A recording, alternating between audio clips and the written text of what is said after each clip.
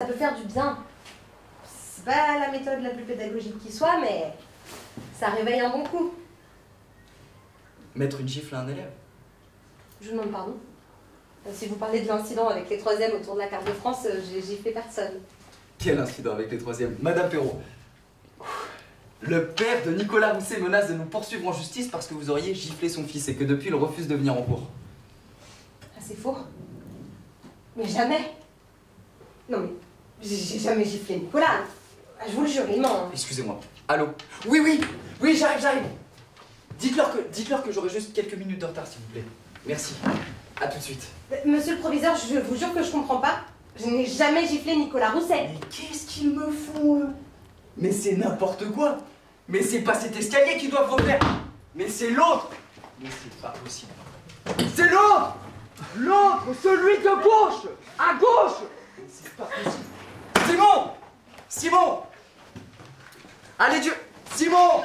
Allez dire aux ouvriers qu'ils se trompent d'escalier, s'il vous plaît. Ils font n'importe quoi. C'est celui de gauche. Monsieur le proviseur. Je vous crois. Madame Perrault, je vous crois. Mais tout ça tombe à un très mauvais moment. Vous savez à quel point il m'a été difficile de trouver l'argent pour faire ces travaux? Il m'en manque encore. Il faudrait refaire la moitié de cet établissement. Et les subventions arrivent au lance-pierre. Je peux les oublier si cet incident fuite dans la presse et que l'un de mes profs fait la une des journaux pour avoir giflé un élève. Il faudra faire tomber une tête et ça ne sera pas la mienne, je vous préviens. Et si les élèves apprennent ça? Si on les empêche d'aller manifester pour le climat, on leur offre en échange un sujet de rébellion tout trouvé. Là, c'est la grève générale.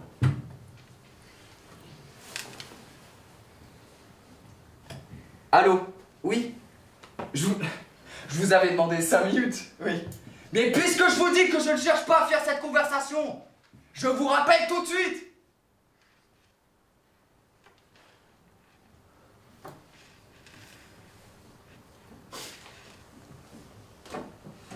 Madame Perrault,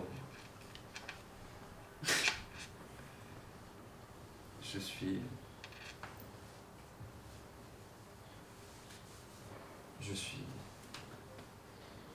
surmené, voilà. Ce n'est pas dans mes habitudes, mais je vais vous demander de régler ce problème qui vous concerne toute seule. On étouffe. On étouffe, on l'étouffe, vous l'étouffez. Je ne veux pas que ça fuite, je ne veux pas que ça se sache. Je comprends pas. Motus, sortez. Vous ne dites rien. Mais... Allez.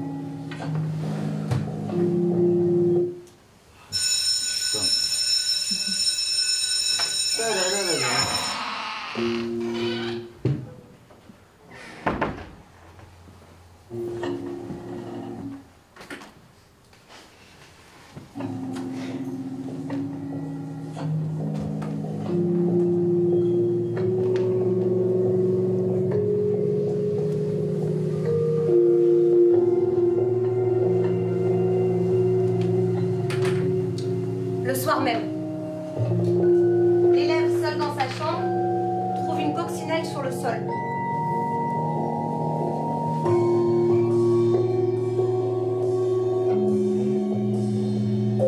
Qu'est-ce que tu fais là, toi? Allez, monte. Ah, monte. Voilà. Comment tu t'es retrouvé là? Tu t'es perdu? Allez. N'aie pas peur. Vas-y, c'est vite. On entend la prof derrière la porte de la chambre. Je vous remercie beaucoup, monsieur Rousset.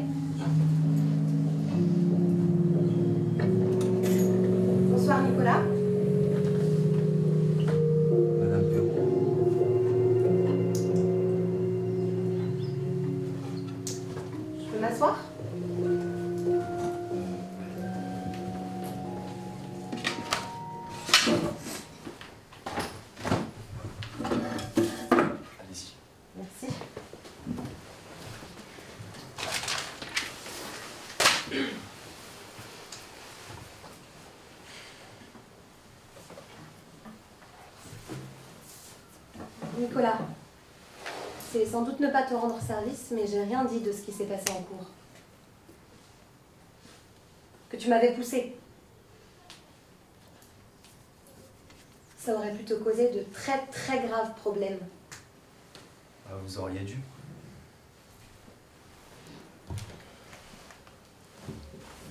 Je suis désolée pour ta maman, j'étais pas au courant. Mais c'était pas une raison pour réagir comme ça, si violemment. Ouais, je sais, je suis désolé. Pourquoi t'as menti? Pourquoi t'as dit à ton père que je t'avais giflé? Bah, je voulais pas retourner en cours. J'ai honte, hein. Je voulais pas vous faire de problème. C'est moi le problème. On est dans une impasse là, Nicolas.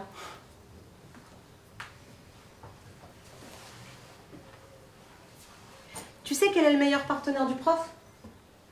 Non. C'est l'élève. J'ai besoin de toi, moi, dans mon cours. Mais j'ai pas besoin d'un Nicolas qui met la pagaille et qui m'empêche de faire mon métier correctement. J'ai besoin d'un partenaire qui me respecte. Je suis là pour toi. Je suis pas ton ennemi. Je sais que le lycée, c'est pas évident. C'est des années qui peuvent être compliquées. Je les revivrai pour rien au monde. Pourquoi vous êtes devenu prof alors?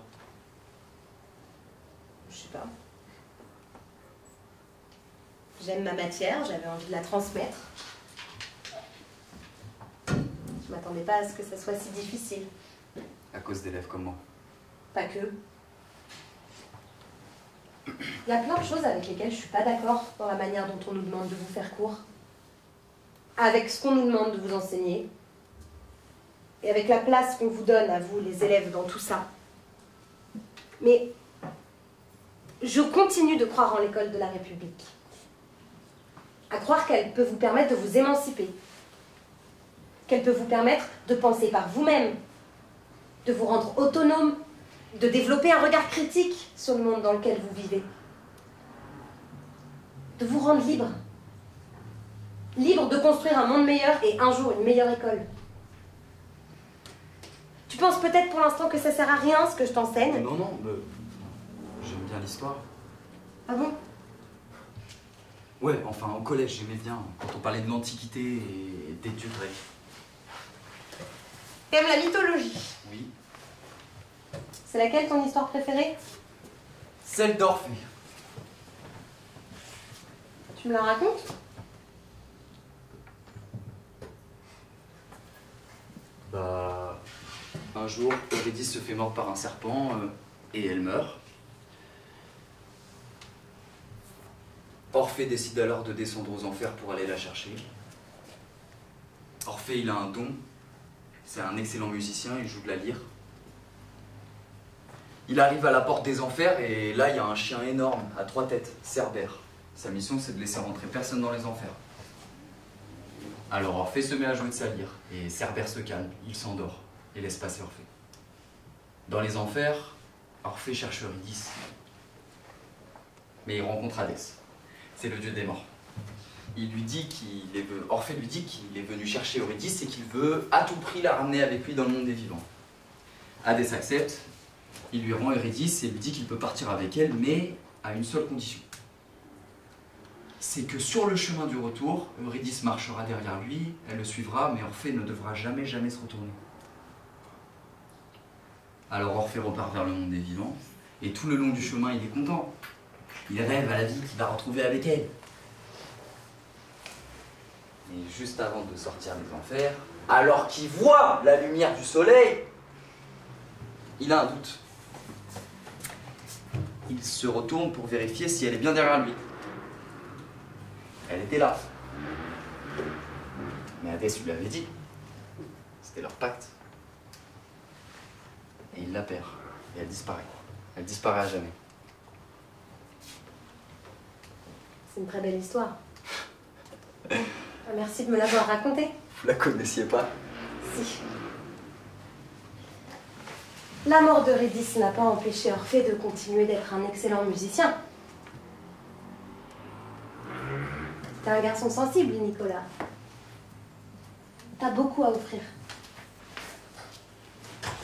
Tiens, je t'ai ramené les cours que t'as manqués.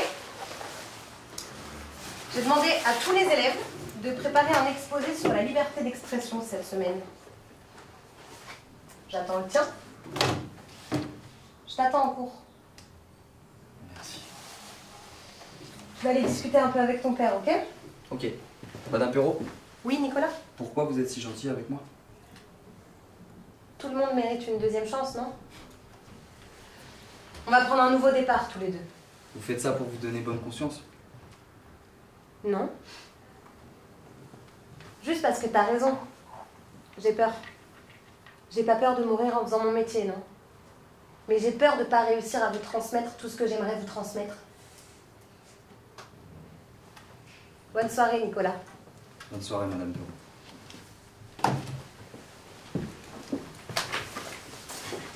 Mardi 19 octobre. Un cours d'histoire dans une classe de seconde.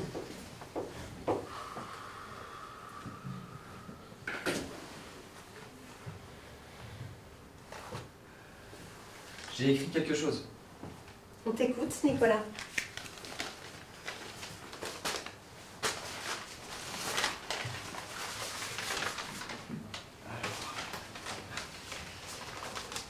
Planète Terre. Il y a 4 milliards d'années. Du magma, du feu, des flammes, des nuages. Il y a 3 milliards d'années, l'océan, des algues bleues, des bactéries et un kebab qui a ouvert une fois, mais il n'a pas marché. Kebab aux molécules drastiques 2.177, c'était pas ouf. Il y a 600 millions d'années, des invertébrés. Tiens, un petit métozoaire par-ci, des oursins, des calamars, de la liberté, pas d'expression. Le bon vieux temps, le silence et le vent. 160 millions d'années plus tard, une fougère, pic d'oxygène, génial. On continue, les minutes, les heures, les mois, les années passent. On dirait pas comme ça, mais tout ça dans une harmonie magnifique et d'une complexité infinie. Minute, mois, année. La paix, le bonheur. Mois, année, minute. L'horloge tourne à fond sur un paradis silencieux. Pépère peinard à la coule, la vie qui est belle, la moule, je te pousse, tu roules. Moi, je discute pas, je suis pas né. Hein. Je titube dans le néant, ça m'allait. Boum! Il y a 200 millions d'années. Les dinosaures. Stylé de ouf. 600 tonnes de chair, des végétariens, des carnivores, le T-Rex qui tire la tête, ça grogne un peu, mais tout va bien. Boum! Météorite. A pu les dinosaures. Dodo. Mais souvenez-vous, il y a toujours un calamar ou un oursin qui se cache entre deux sous-sols pour devenir un Donald Trump. Vous l'avez vu, le calamar avec la perruque jaune poussin? Boum! Le règne des mammifères. Laisse mamie faire. Il y a 7 millions d'années, un singe s'aventure dans la savane et là, ça va aller très très vite. Habilis, Erectus, Néandertal, boum! Ça fixe. Il y a 300 000 ans, comment ça s'appelle le truc, les gars, déjà qu'on veut chasser?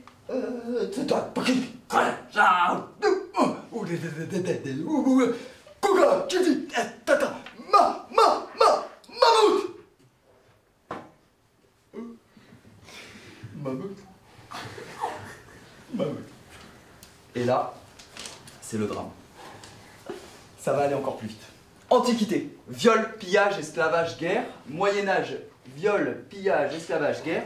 Temps moderne, viol, pillage, esclavage, guerre. Communication zéro, nulle partout. Temps contemporain, argent, inégalité, confort extrême, ennui, dépression, suicide, viol, pillage, esclavage, guerre.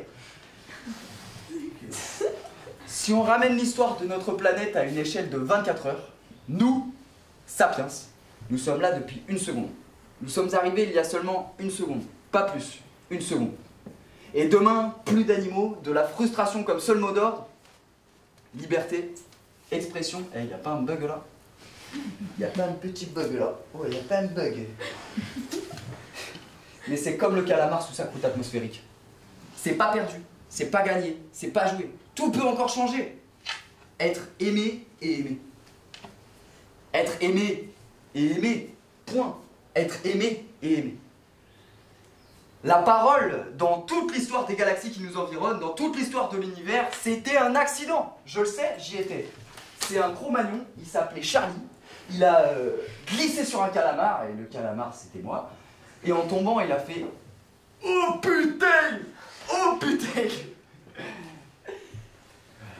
Merci, Nicolas. J'ai pas fini. Je voulais... Je voulais présenter mes excuses à toute la classe. C'est pas cool. Enfin, c'est pas bien ce que j'ai fait la dernière fois. Je voulais dire à tout le monde que j'étais désolé. Surtout à vous, Madame Perrault. Enfin, je vous demande pardon. Excuse accordée, Nicolas. Tu peux te rasseoir. Merci. L'élève regagne sa place. La prof regagne la sienne. Quelques mois plus tard. L'élève. Son ami. T'avais raison. Quoi? La manif pour le climat, c'est mieux que le kebab pour aller draguer. Tu vois la fille là-bas? Oui? Elle arrête pas de me regarder. C'est moi qu'elle regarde, banane. Mais non, c'est moi. Bah, vas-y, écarte-toi. Allez plus loin. Alors? Ah ouais, elle te dévore carrément des yeux.